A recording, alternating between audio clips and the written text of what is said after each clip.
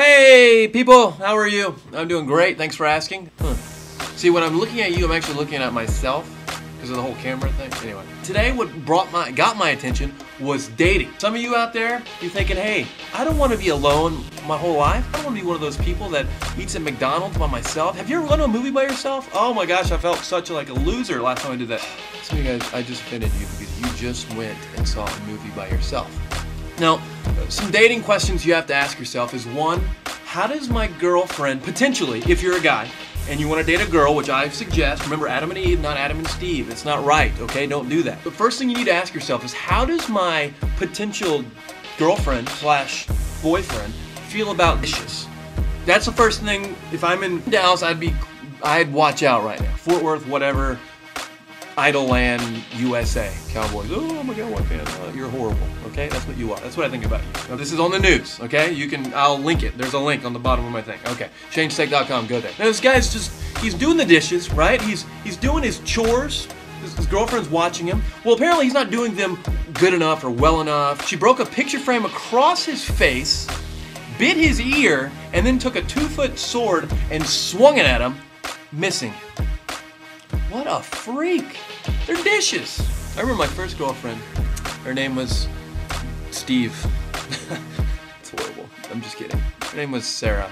Some of you guys and girls really want a boyfriend or girlfriend. All I'm saying is, look, one, if they're from Dallas, you probably shouldn't date them. Two, if they're really into this dishes thing, you probably shouldn't date them. Three, if they're from Louisiana, they're probably not very smart. Oh boy. 4, if they're from Kentucky, they're probably also their aunt. If they're from Alabama, yeesh. If they're from New York, they have an accent, see? If your girlfriend's from Nebraska, she probably can't read. If your girlfriend's from Oklahoma, she's probably a beast. If your girlfriend's from Iowa, she's probably Satan's spawn. I have this thing against Iowa, I'm sorry. If you're looking for a girlfriend, I would not go to your local homeless shelter. I know from experience, they're not very attractive. In fact, they're homeless. Never date someone with the same name as you. Never date someone with the same race as you. Never date someone with the same face as you. I'll be honest with you, dating is expensive. It's so expensive. No one ever tells you that. You know how much that girlfriend's gonna cost you?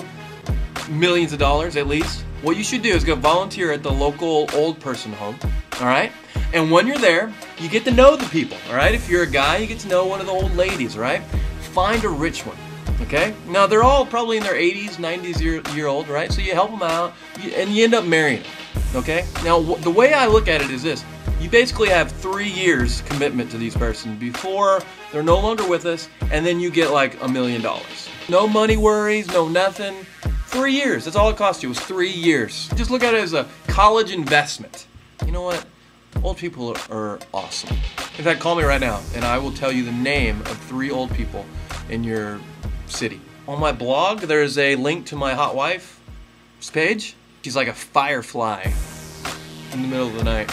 She's hotter than a fox. And you're saying to yourself, how can that guy get that girl? It's called blackmail. It's called, hey, I can control you with my mind. It's called hypnosis.